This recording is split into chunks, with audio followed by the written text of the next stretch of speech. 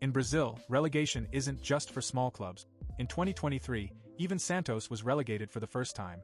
With that, 10 of the 12 giants have already played in Série B, only Flamengo and São Paulo have never gone down. Here, extremes coexist in the same calendar.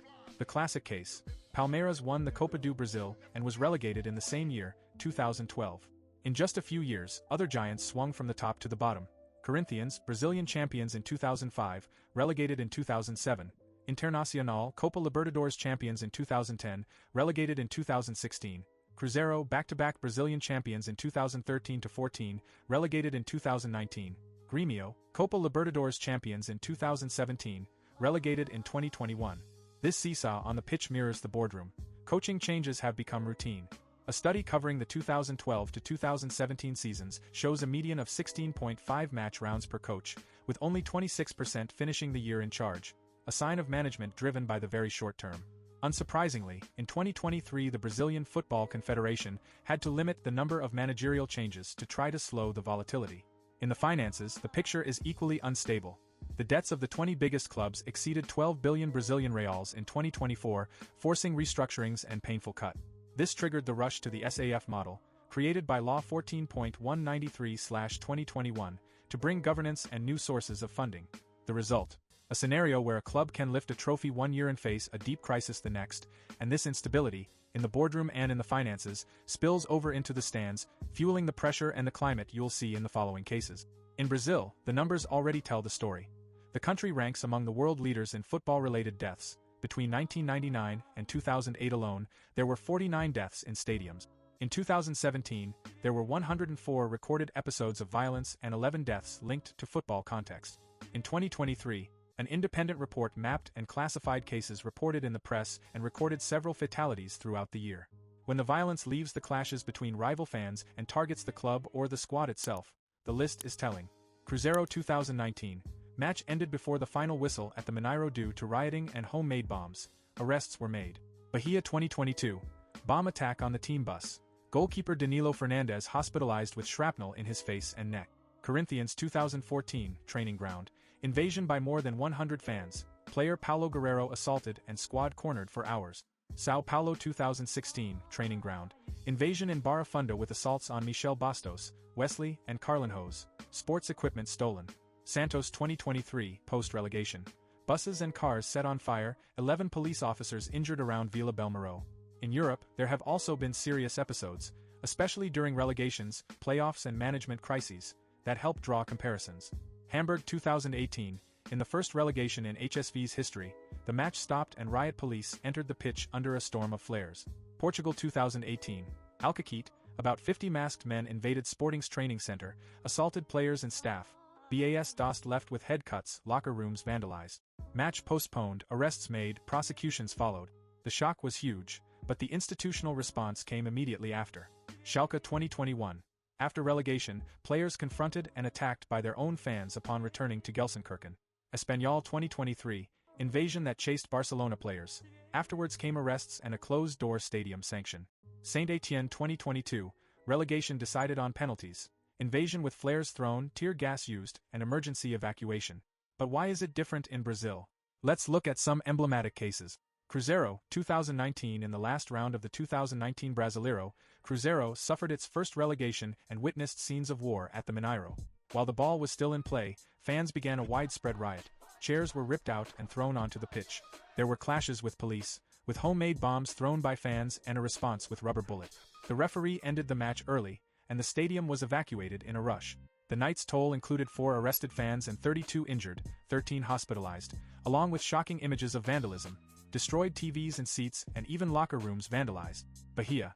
In February 2022, Bahia fans attacked the team bus with an improvised explosive device as the team arrived at Fonte Nova for a match.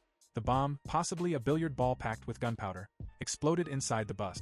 Goalkeeper Danilo Fernandes was hit in the face and neck by glass shrapnel, suffering deep cuts and vision risk, requiring 20 stitches and emergency eye treatment. Another player sustained arm injuries. Danilo later heard from doctors that he had been born again, as the shrapnel narrowly missed an artery in his neck. The case shocked the country.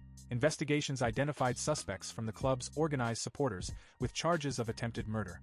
Corinthians, 2014. On February 1, 2014, after a year of poor results, over 100 fans invaded the Joaquin Grava training center and put the club through a day of panic.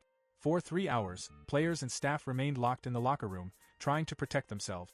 Striker Paulo Guerrero, scorer of the 2012 Club World Cup winning goal, was surrounded before managing to take shelter and was assaulted and strangled by an intruder. Armed with sticks, bamboo poles, and knives, the invaders broke doors, stole equipment, and threatened employees. Players stacked lockers to block the door, while some supporter leaders demanded changes. The situation only calmed when coach Mano Menezes and the board agreed to meet with a group of fans, ending the invasion without serious injuries, but leaving deep trauma from the violence and helplessness experienced at the training ground. São Paulo, 2016. On August 27, 2016, with the team close to the relegation zone, members of São Paulo's main organized supporters invaded the Barra Funda training center during practice.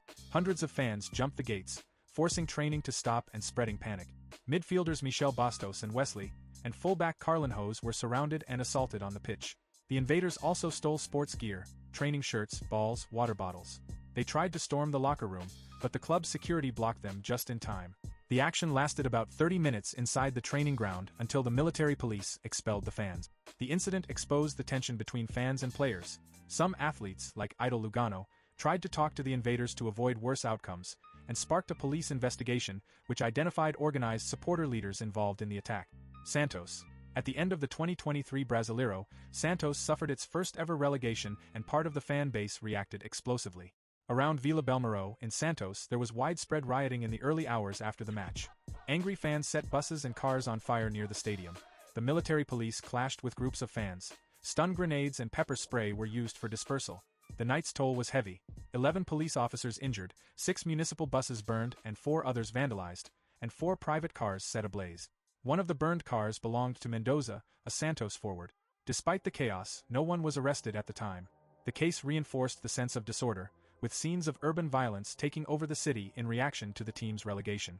We should also remember classic episodes of widespread violence between rival fans that turned into public chaos.